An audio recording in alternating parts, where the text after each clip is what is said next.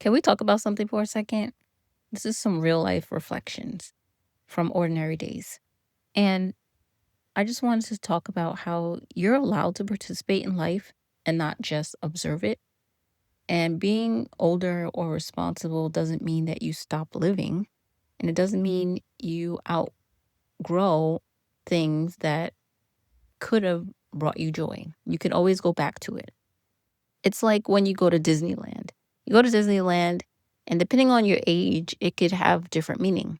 When you're a child, it's all about wonder, imagination, and magic. And then when you're an adult, it could feel far removed and a little bit distant. But you can embrace it. And one of the ways I see adults embracing Disneyland is they'll get the backpacks with the little Mickey ears on it, or they'll put the Mickey ear headband on, or have the Mickey t shirt. I recently saw a Michael Jackson movie, and I noticed when he got his chimpanzee, he had the Mickey Mouse t-shirt on. I said he was an adult with the Mickey Mouse t-shirt. He could still embrace his childhood. He even liked Mickey Mouse. He had the Mickey Mouse stuffed animal and stuffed toy. So we could still enjoy being in an admiration of childhood, even as adults. And I just wanted to talk about how I even went to a kids playhouse and how it was such an interesting experience to be there as an adult. I went to bring family and I got to experience how it is to be an adult in a child's world. And it made me think, wow, this is interesting. So I went to the Bluey themed play space. It's in Manhattan. It's one of those places, it's colorful, imaginative, and it's stepping into a whole different world. You're actually in Bluey's house. The TV show from Bluey, that's the whole thing. You're inside the house. And it reminded me of going to Walt Disney World. And I've been there once. I've been to Epcot. I believe I've been to Epcot.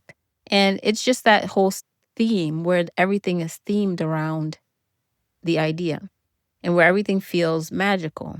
And I noticed something about myself. I was there enjoying it with them, but also observing it at the same time. And for a moment, I thought this kind of experience is usually tied to a certain season of life. But what if it doesn't have to be that season of life? What if I don't have to be a child to enjoy a child natured, imaginative place? What if I can still step into the joy and the imagination and the fun? And even if life doesn't look like that personally for me, because I'm a nurse, I work in a hospital, and I don't see these things all the time. So this is a totally different environment, but I could still enjoy it and I can embrace it. And maybe it's not what I am in the moment. Maybe it doesn't seem like it's for me, but it is a place to relax and just be present enough to experience it anyway. And that's what I got from going to the Bluey Playhouse. It's actually called the Clubhouse. And it was an interesting experience. I think it was no, it wasn't called Clubhouse. It was called Bluey Camp in Manhattan. And it was like you were walking into his house, so every room was set up like you were in his house, and that was pretty cool. I love themed museums, themed settings, and this whole setting was very kid oriented, imaginative oriented, and it was fun.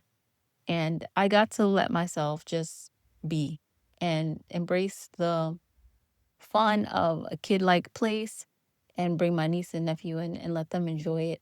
And because they're in that stage where they can enjoy it because they watched the TV show and a lot of kids watched the TV show. It was so crowded when I went and they enjoyed it and I enjoyed it. And it was a chance to just be. Also, correction, I just realized that I said Bluey was a he, and that is so wrong. Bluey is a girl. Bluey is a girl, and there are two sisters in this storyline. So Bluey is a girl. Just had to correct that. If anybody started to get upset and said, wait, Bluey's a girl, it's not a boy. I know that. I just remembered. Correction, okay?